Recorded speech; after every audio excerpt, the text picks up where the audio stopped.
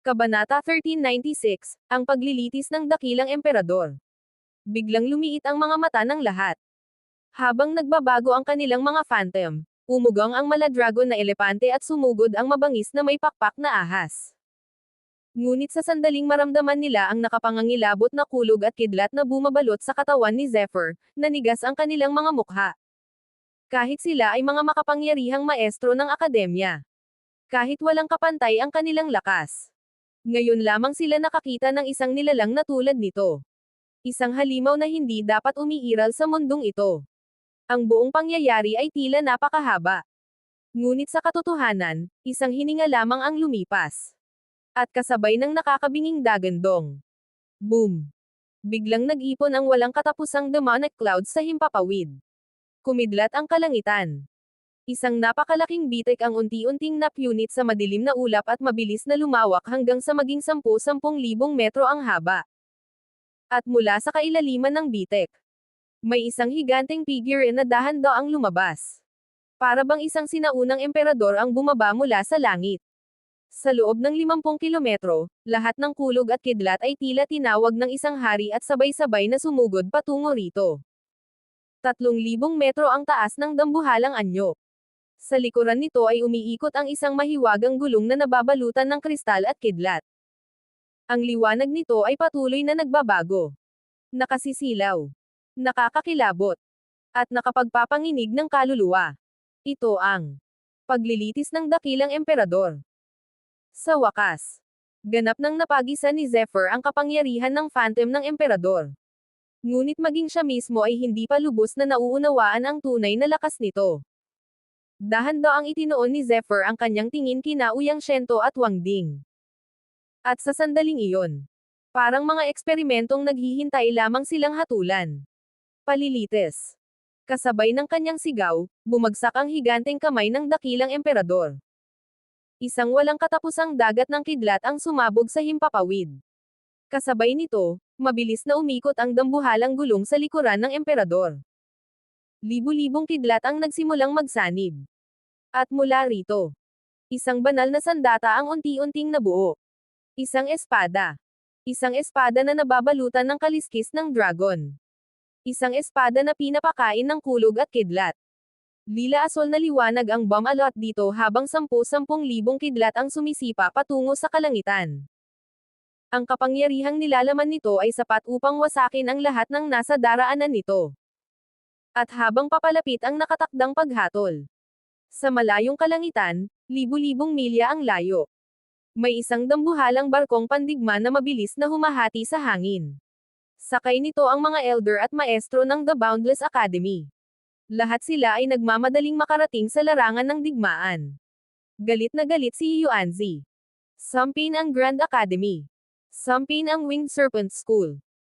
Hindi niya akalaing mula sa mga disipulo hanggang sa mga maestro, sabay-sabay nilang kikitlan ang buhay ni Zephyr.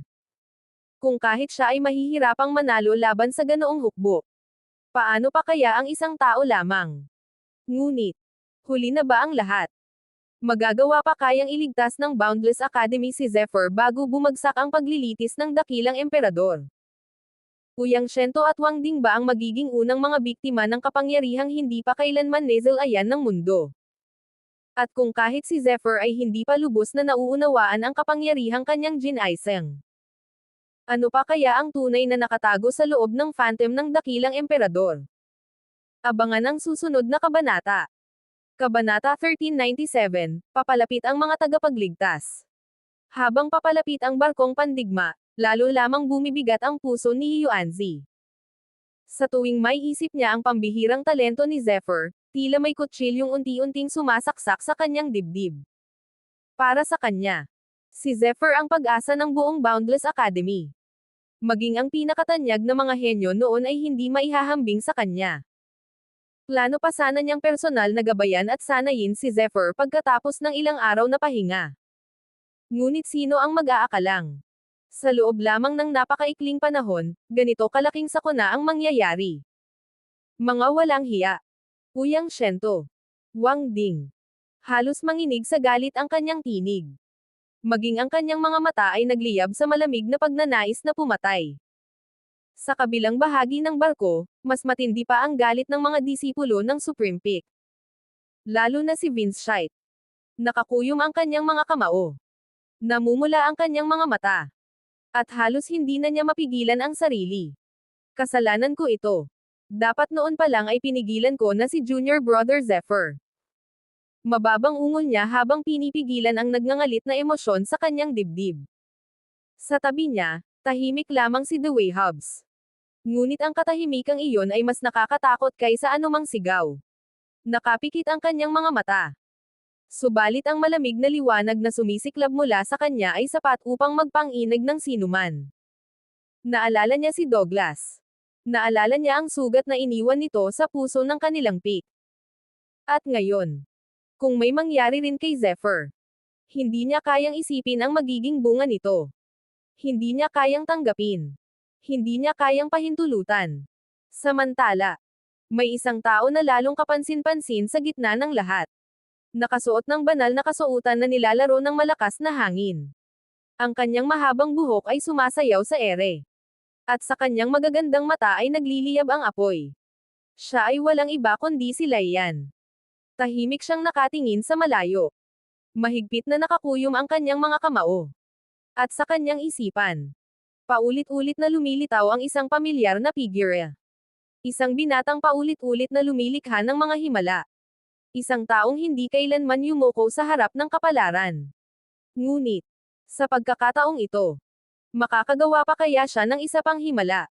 Habang lumalapit ang mga puwersa ng Boundless Academy, isa pang dambuhalang barkong pandigma ang mabilis ding humahati sa kalangitan.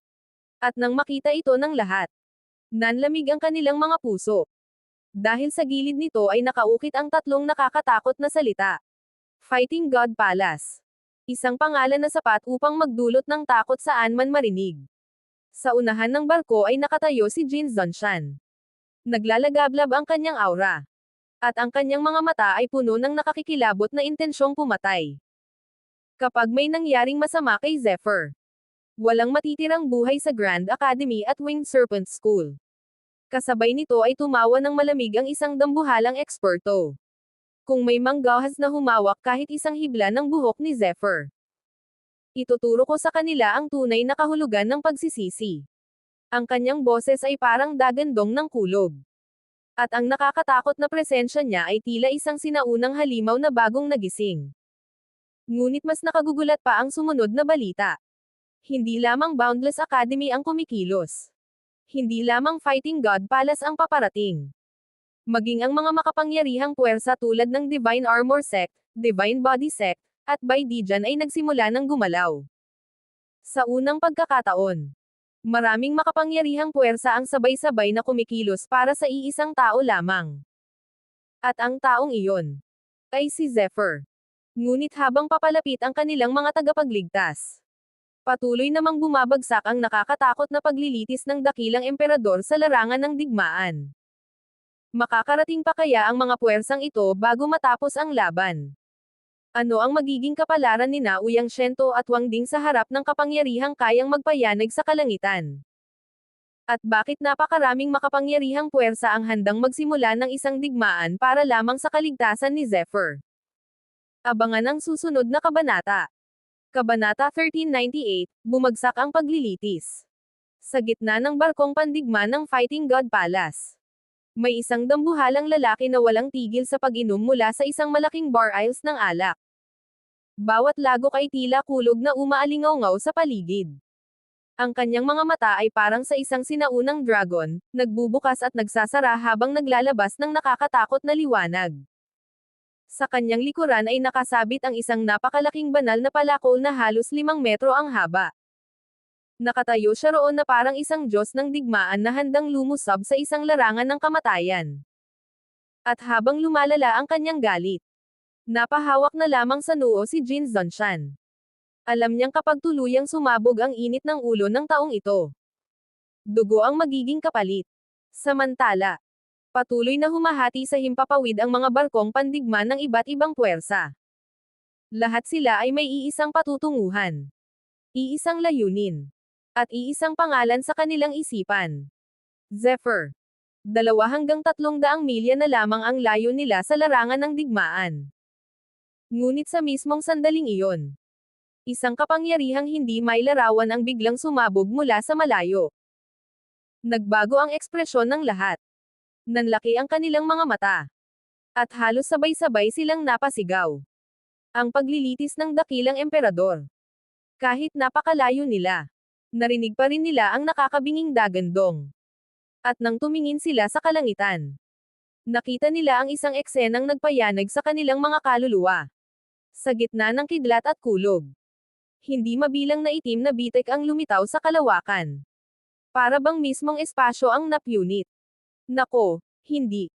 Nang maramdaman ni Yuanzi ang nakakatakot na enerhiyang iyon, agad siyang kinabahan. Wala ng oras. Sa isang kumpas ng kanyang manggas, sumabog ang banal na liwanag sa buong barko. At sa isang iglap, ilang ulit na bumilis ang kanilang paglalakbay. Hindi lamang ang Boundless Academy, maging ang Fighting God Palace, ang Divine Armor Sect, ang Divine Body Sect, at iba pang makapangyarihang puwersa. Lahat ay desperadong bumilis. Dahil alam nilang kapag nahuli sila, maaaring tapos na ang lahat. Samantala, sa sentro ng digmaan, ang kataas-taasang emperador ay tila naging panginoon ng lahat ng kulog sa langit at lupa. Umuungal ang mga dragon ng kulog. Sumisipol ang mga ahas ng kidlat. At ang walang hanggang banal na kapangyarihan ay umabot sa sukdulang antas. Pagkatapos, bumagsak ang hatol. Boom!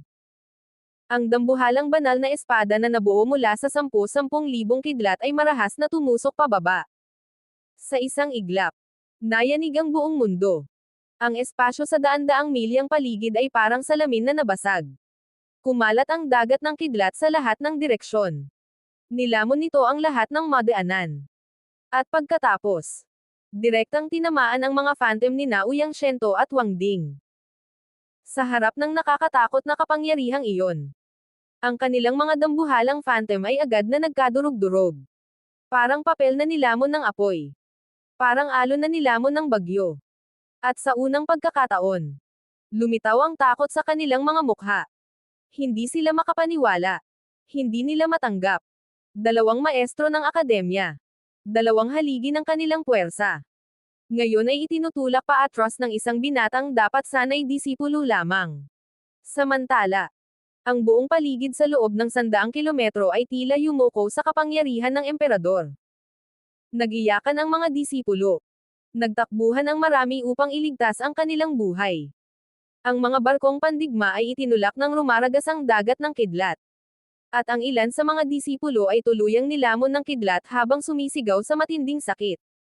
Sa gitna ng lahat ng ito, tahimik na naglakad si Zephyr. Napapalibutan ng walang katapusang kulog.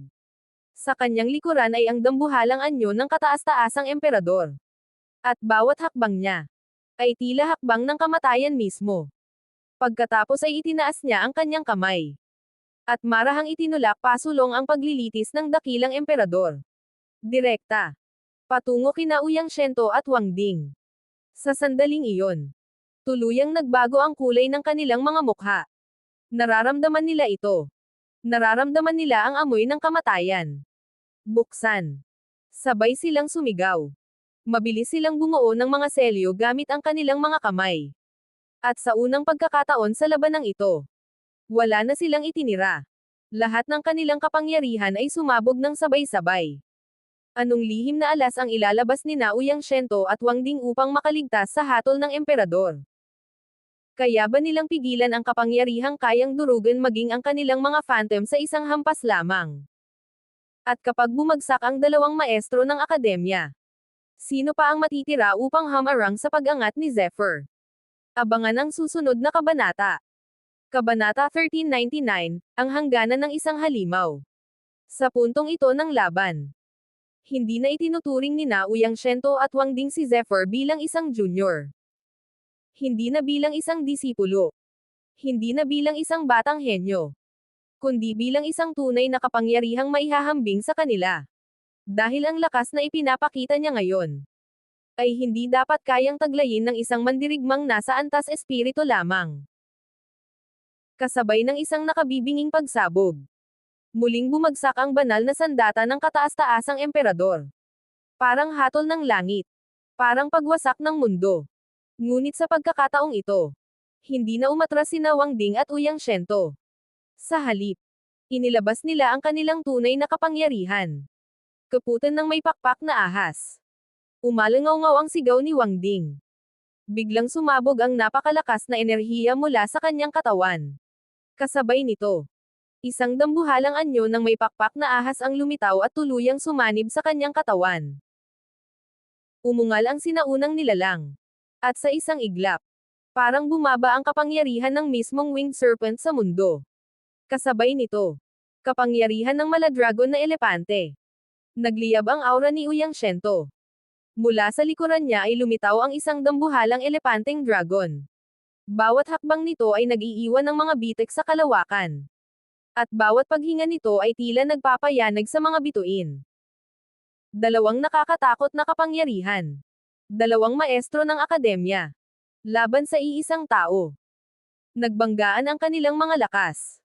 Sa sandaling iyon, tila tumigil ang oras. Tila nabingi ang mundo. At pagkatapos, may marahang tunog na umalangaw-ngaw. Crack! Nanlaki ang mga mata ng lahat. Dahil ang tunog na iyon ay nagmula sa katawan ni Zephyr. Lumitaw ang mga bitik sa kanyang balat. Unti-unting dumami. Unti-unting lumawak. Kahit ang kanyang katawan ay nahihirapan ng dalhin ang kapangyarihan ng kataas-taasang emperador. Dahil sa kasalukuyan niyang kalagayan, malubha na ang kanyang mga sugat. At ang kapangyarihang ginagamit niya ngayon ay higit pa sa dapat niyang kayang kontrolin. Ngunit hindi siya tumigil. Hindi siya umurong. Hindi siya natakot. Subalit, nararamdaman din ito ng kanyang mga kalaban. Hindi na niya kakayanin. Malamig na sigaw ni Ouyang Shento. At agad siyang sumugod pasulong sakay ng dambuhalang elepanteng dragon. Kasabay nito, ikinampay ng may pakpak na ahas ang napakalawak nitong mga pakpak. Parang nilulunok nito ang araw at buwan. At sabay silang bumagsak kay Zephyr. Sa ilalim ng walang tigil na pag-atake, unti-unting napuno ng bitik ang kataas-taasang emperador. Ang dambuhalang anyong gawa sa banal na kidlat ay nagsimulang manginig. Nagsimulang mabiyak. Nagsimulang hamina. Dahil gaano man ito kalakas. Nakabatay pa rin ang lahat sa lakas ng gumagamit nito. At si Zephyr ay nasa antas espiritu pa lamang. Samantalang ang kaharap niya ay dalawang maestro ng akademya. Dalawang halimaw na matagal nang namamayani sa mundo ng mga eksperto. Muling nayanig ang kalawakan. Sa pagkakataong ito, napaatras si Zephyr. Isang hakbang. Dalawang hakbang. Tatlong hakbang. Kasabay niyang umatras ang kataas-taasang emperador. At sa bawat hakbang, humihina ang kanyang aura. Humihina ang kanyang momentum.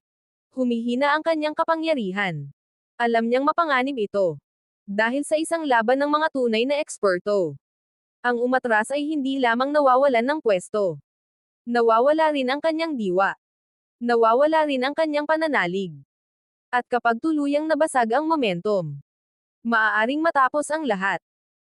Kasabay ng nakapangangilabot na mga ungol ng tatlong dambuhalang nilalang. Unti-unting nabiyak ang buong kalawakan. Lumawak ang mga bitek. Lumaki ng lumaki. Hanggang sa tuluyang mabuo. Isang dambuhalang itim na lagusan. Isang black hole. Parang nilalamon nito ang lahat ng liwanag. Lahat ng enerhiya. Lahat ng buhay. At sa gitna ng nakakatakot na eksenang iyon. Sa wakas, naabot ni Zephyr ang kanyang hangganan. Nanghina ang kanyang katawan. Lumabo ang kanyang paningin. Bumigat ang kanyang mga talukap. At isang hindi mapigil ang pagod ang biglang sumakop sa kanyang buong pagkatao. Para bang, sa susunod na sandali, makatutulog na siya magpakailanman. Tuluyan na bang mauubos ang lakas ni Zephyr sa harap ng dalawang maestro ng akademya? Mababasag na ba ang kataas-taasang emperador matapos ang sunod-sunod na pag-atake?